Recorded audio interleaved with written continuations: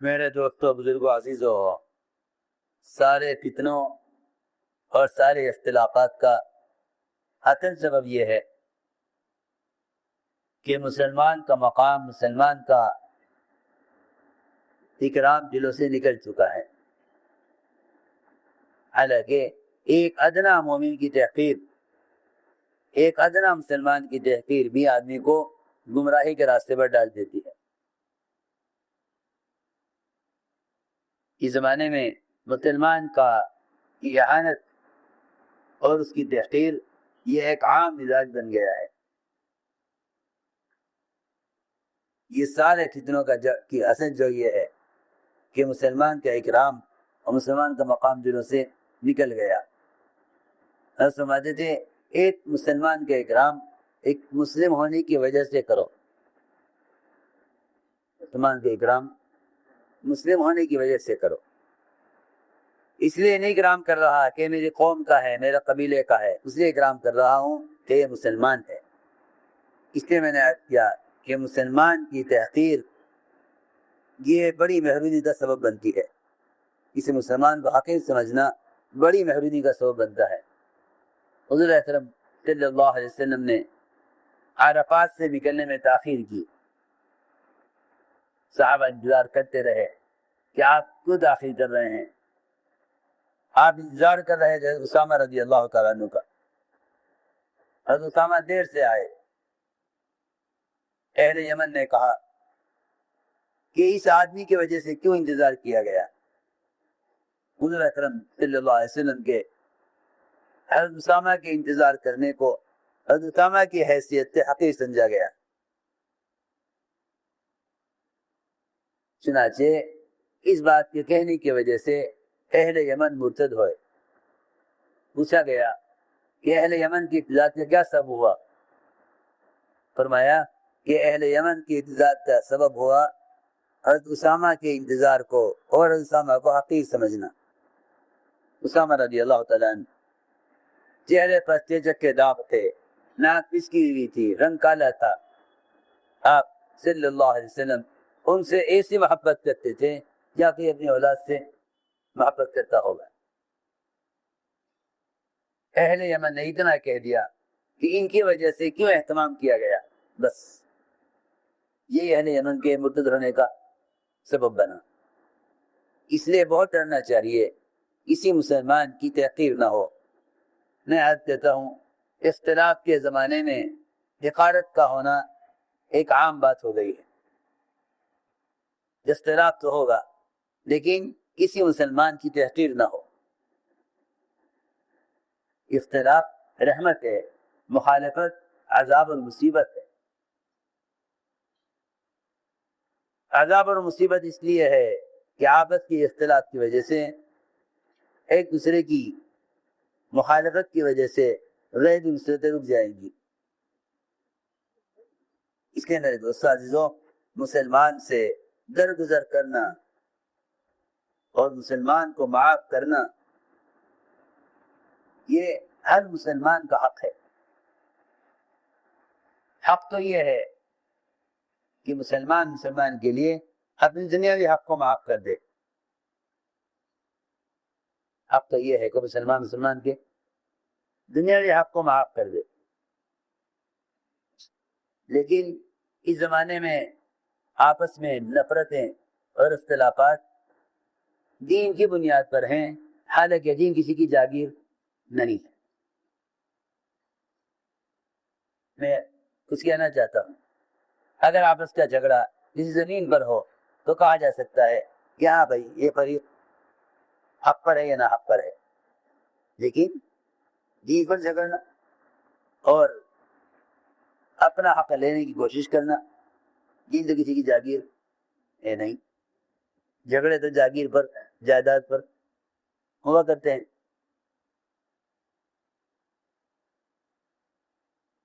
اس جھگڑے کی کیا بات ہے؟ بس بات یہ ہے مسلمان کا احترام، اس کا اکرام اور اس کا مقام دلوں سے نکل گیا ہے۔ اس زمانے میں مسلمان کی تحقیر کرنا ایک عام مزاج بن گیا ہے۔ اگر منکر سے روکتے بھی ہیں تو تحقیر مقصود ہوتی ہے، اسلام مقصود نہیں ہوتا۔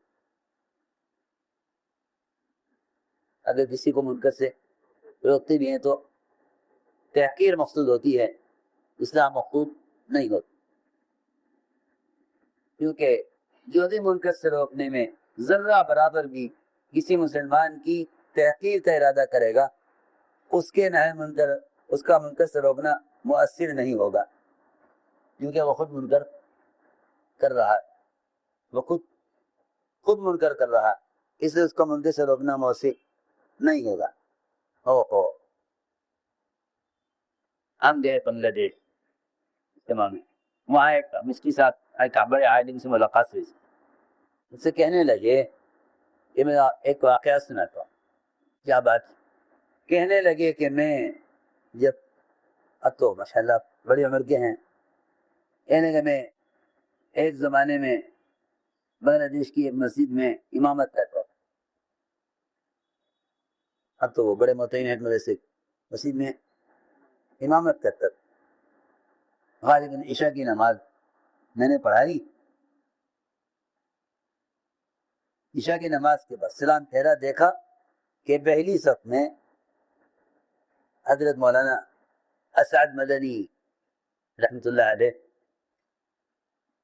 وہ پہلی صف میں امام کے پیچھے،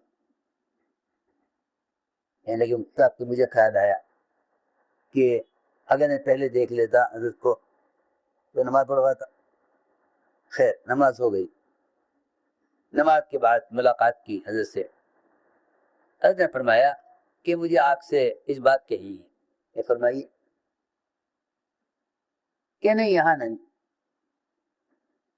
ادھر کونے میں آ جاؤ، کونے میں لے گئے مسجد پہ، دو آدمی اور آگے بڑھ گئے حضرت سے ملاقات کے لیے، کہ فرمائی کیا بات ہے، کہ نہیں یہاں نہیں، کمرے میں چلے، کمرے میں لے گئے، ایک صاحب پنجرے کے باہر کھڑے ہوئے تھے، ان کو دیکھ لیا حضرت نے، یا نہیں دروازہ بند کرو، دروازہ بند کر لیا، کیا بات، دروازہ بند کر کے بچھا کر یہ کہا کہ اگر آپ کو ناگوار نہ ہو تو آپ نے جو قرات کی ہے اس قرات میں پناہ حرف آپ نے ناک منہ پر کیا ہے، ہاں گناہ نہیں، یہ آصر مدنی رحمۃ اللہ علیہ نے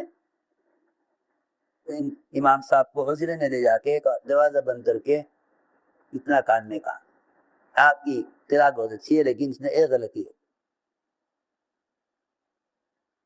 امام صاحب کہنے لگے حضرت آپ تو بڑے ہیں، آپ وہیں فرما دیتے کہ نہیں، تمہارے مقتدیوں کے سامنے اگر میں تمہیں ٹوک دیتا تو تمہارے مقتدیوں کے جن سے تمہارا احترام اور تمہارا مقام ختم ہو گیا،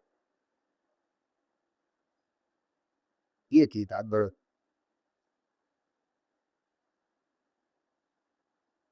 نماز پڑھا رہے ہو، امامت کر رہے، اگر میں مقتدی کے سامنے ٹوک دیتا تو ان سب کے میں اعتراض کرتا ہوں، یہ بنیادی اصول ہے،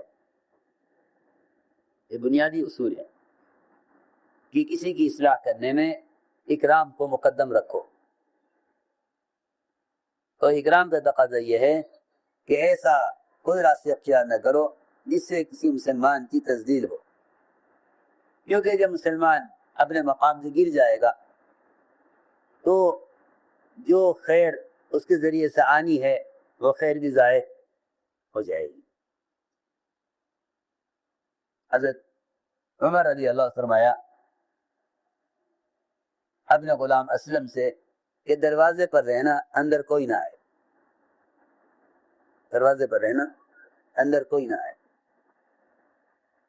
حضرت زبیر آئے، حضرت اسلم نے منع کیا کہ ایک وقت نہیں آ سکتے، حضرت زبیر رضی اللہ تعالی نے حضرت اسلم کے چاٹا مارا اور راستے سے ہٹایا اور اندر داخل ہو گئے۔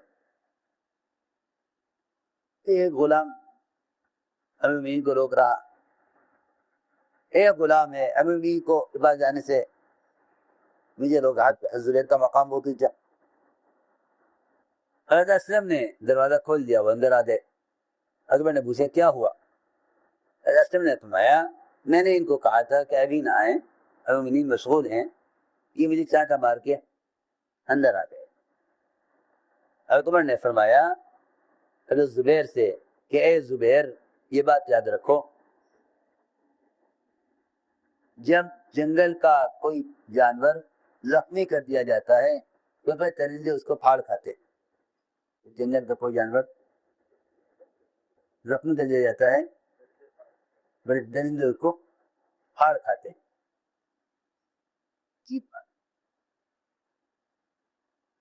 کہ تم نے ایک آدمی کو مجروح کر دیا، اس کے چھوٹے عوام سب اس پر جری ہو جائیں گے۔ تو مجھے ان صاحب کی بات ایسی یاد آئی، جیسے دیکھو ایک نماز میں سورہ یتین کی ایک غلطی بتانے کے لیے امام صاحب کو کمرے میں لے جا کر کمرہ بند کر کے وہاں کہا تاکہ مقتدیوں کو پتہ نہ چلے کہ امام سے کیا غلطی رہی۔ اسے میں نے عرض کیا کہ اللہ جانتے ہیں مفسد کون ہے، مصلح کون ہے۔ مصلح اسے کہتے ہیں جو منکر کرنے والے کو تنہائی میں جا کر ٹوک دے، اس کے نہ ماننے پر بھی کسی اور سے نہ کہے، اس کے نہ ماننے پر بھی کسی اور سے نہ کہے، پھر اس کو اللہ کے حوالے کر دے۔ اس لیے کہ تذکیر کی ذمہ داری ایک مرتبہ دو مرتبہ کہہ دینے سے ادا ہو جاتی ہے، یہ بات بھی ہے۔ اس لیے کہ لست علیہم بمسیطر، کسی کو کسی پر دروغہ کیسے بنایا جا سکتا ہے؟ جب محمد صلی اللہ علیہ وسلم کے بارے میں کہہ دیا آپ آئے ہدایت و تربیت کے لیے، آئے لست علیہم بمسیطر، آپ کو میں دروغہ بنا کر نہیں لے جا، یہ جو کام آپ سے کروائیں۔ ذکر فإن الذکریٰ تنفع المؤمنین، بات یاد دلا دو کہ تذکیر سے ایمان والوں کا نفع ہوتا ہے۔ تو میں عرض کر رہا تھا کہ جب مسلمان کا مقام دل سے نکل جائے گا تو عفو درگزر بھی ختم ہو جائے گا، کیونکہ جہاں جذبہ انتقام کا ہوتا ہے نا وہاں جذبہ درگزر کا نہیں ہوتا۔ جہاں جذبہ انتقام کا ہو وہاں درگزر کا جذبہ نہیں ہوتا کہ مسلمان سے درگزر کرو۔ کام کرنے والے فرشتے نہیں ہیں، یہ بھی انسان ہیں۔ صحابت سے بھی بعض خطائیں ہوئی ہیں، اللہ نے ان کو معاف کیا، حضور اکرم صلی اللہ علیہ وسلم نے بھی، خلفائے راشدین نے بھی متعدد موقعوں پر اسی طرح آپ کو درگزر سے کام لیا ہے۔ بات یہ ہے کہ وہ شخص معاف نہ کرے گا جو اللہ سے اپنی مغفرت کا طالب نہ ہوگا، وہ شخص معاف نہیں کرے گا مخلوق کو جو خالق سے آپ کا درگزر کا طالب نہیں ہوگا۔ جو خالق سے اپنے لیے مغفرت کا طالب ہوگا وہ مخلوق سے درگزر کرنے کو پسند کرے گا۔ اللہ نے یہ فرمایا فاعفوا واصفحوا الا تحبون ان یغفر اللہ لکم، کہ تم درگزر کر دو، کیا تم نہیں چاہتے کہ اللہ تمہیں معاف کر دیں؟ یہ بات بھی ہے کہ جو شخص اپنے آپ کو دوسروں سے بہتر سمجھتا ہے وہ بھی معاف نہیں کیا کرتا، جو اپنے آپ کو دوسرے سے کمتر سمجھے گا وہ معاف کر دے گا۔ اس لیے میرے دوستوں عزیزوں، غلطی کرنے والوں پر رحم کھاؤ اور غلطی کرنے والوں سے درگزر کرو، اور غلط کرنے والوں سے انتقام کا جذبہ نہ رکھو۔ غلط کرنے والوں کا اکرام کرو تاکہ صحیح بات کے قبول ہونے کی کا راستہ کھل جائے۔ غلط کرنے والوں کا اکرام کرو تاکہ بات کو قبول ہونے کا راستہ کھل جائے۔ اور اگر کسی سے غلطی ہو جائے تو اس کی غلطی پر نظر مت رکھو، اس کی قربانیوں پر، خدمات پر نظر رکھو، اس کی خدمات پر، اس کی قربانیوں پر نظر رکھو۔ تم غور کرو، اگر تمہاری کسی محسن سے کوئی غلطی ہو جائے تو تم اس کا احسان یاد کرو گے، غلطی یاد کرو گے؟ لوگ اپنے محسنین کی غلطیوں کو چھپا لیتے ہیں۔ حالانکہ اصولی بات یہ ہے کہ اگر تمہارے کسی محسن سے بھی جا کر کے کسی دور والے سے جو غلطی ہو تو اس کی قربانیوں کو یاد کرنا چاہیے. اس لیے سیرت کا اصول یہ ہے کہ غلط کرنے والوں کی قربانیوں کو تلاش کرو اور غلط کرنے والوں کی قربانیوں پر نظر رکھو. اس سے عملہ ضائع ہونے سے بچ جائے گا. عملہ ضائع ہونے سے بچ جائے گا. سنو حضور اکرم صلی اللہ علیہ وسلم کس طرح معاف کرتے تھے اور کیسے درگزر فرماتے تھے. الحاطب بن ابی بلتعہ رضی اللہ تعالی عنہ، انہوں نے حضور اکرم صلی اللہ علیہ وسلم کے مکہ مکرمہ پر حملے کی خبر مشرکین کو کر دی. یہ بہت بڑی غلطی تھی، یہ بہت بڑی خطا تھی کہ مشرکین مکہ کو پر آپ کا راز کھول دیا. آپ چپکے چپکے تیاری کر رہے تھے مکہ مکرمہ پر حملے کی. حضرت حاطب نے مکہ والوں کو آپ کے حملہ کرنے کی خبر کر دی. ایک عورت کو خط دے کر بھیجا اور خبر کرنے کی جو اصل وجہ تھی وہ یہ تھی کہ میں مکے والوں پر احسان کروں اور وہ اس احسان کے بدلے میرے گھر والوں کی وقتوں کی حفاظت کر لے. حضور اکرم صلی اللہ علیہ وسلم کو وحی سے معلوم ہو گیا، آپ کو وحی سے معلوم ہو گیا کہ فلاں عورت فلاں مقام پر یہ خط لے کر جا رہی ہے. چنانچہ حضری فرماتے ہیں کہ آپ نے مجھے اور زبیر اور مقداد رضی اللہ تعالیٰ عنہما ہمیں بھیجا آپ نے اس عورت سے خط لینے کے لیے.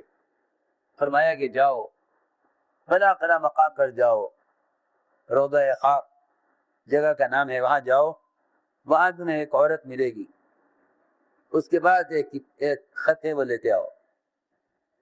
چنانچہ فرماتے ہیں کہ ہم نے دوڑایا اپنے گھوڑے کو یہاں تک کہ ہم روضہ خاک پر پہنچے تو دیکھا وہاں ایک عورت اکیلی. ہم نے اس سے کہا خط نکال دے. اس نے کہا میرے پاس کوئی خط نہیں ہے. ہم نے کہا یہ خط نکال دے ورنہ ہم تجھے ننگا کریں گے. چنانچہ اس نے اپنے بالوں میں سے خط نکال کے دیا. ہم وہ خط لے کر حاضر ہوئے. خط میں لکھا ہوا تھا کہ یہ خط ہے حاطب بن ابی بلتعہ کی طرف سے مکے کے مشرکین کے نام، ان کو خبر دینے کے لیے حضور اکرم صلی اللہ علیہ وسلم کے مکہ مکرمہ پر حملے کی. آپ نے بلائے حاطب کو. اے حاطب یہ کیا ہے؟ اے حاطب یہ کیا ہے؟ آج کیا یا رسول اللہ، آپ میرے خلاف کوئی مقدمہ کرنے یا مجھے سزا دینے میں جلدی نہ کیجیے. میں وہ آدمی ہوں جو قریش کے درمیان رہتا تھا، لیکن میرا قریش سے کوئی رشتہ داری یا کوئی نسبی تعلق نہیں ہے، میں قریش میں سے نہیں ہوں. آپ کے ساتھ جتنے مہاجرین ہیں ان سب کی وہاں رشتہ داریاں ہیں، قرابتیں ہیں، وہ اپنے رشتہ داروں کو بچا لیں گے رشتہ داری کی وجہ سے، اور میری وہاں کوئی قرابت داری نہیں ہے. میں نے اپنے گھر والوں کی حفاظت کے لیے مشرکین پر احسان کیا ہے، ورنہ نہ میں نے یہ کام اسلام سے متحد ہونے کے لیے کیا ہے اور نہ میں کفر سے راضی ہوں. آپ نے فرمایا یہ حاطب نے سچ کہا ہے. اتنی بڑی بات ہے، اتنی بڑی بات ہے کہ آپ کا راز کھول دیا مشرکین پر. آپ نے فرمایا کہ حاطب نے سچ کہا ہے. تو میں نے آپ کے کہا رسول اللہ اجازت دیجیے مجھے نہیں اس منافق کی گردن اڑا. یہ منافق ہے. اس زمانے میں لوگوں کا حال یہ ہے کہ بجائے تحقیق کرنے اور صحیح صورتحال معلوم کرنے کے جلدی کو فیصلہ کر لیتے. عمر نے عرض کیا کہ یہ منافق ہے جسے گردن اڑا دوں. آپ نے فرمایا کہ اے عمر یہ بدر میں شریک تھے، یہ بدری صحابی ہیں، اور عمر تمہیں کیا معلوم کہ اللہ رب العزت اہل بدر پر اپنی توجہ خاص فرما چکے ہیں اور کہہ چکے ہیں کہ اہل بدر جو چاہو کرو، اللہ تمہیں معاف کر چکے. اتنی بڑی بات ہو گئی، لیکن آپ نے بدری ہونے کی وجہ سے ان سے درگزر کر دیا.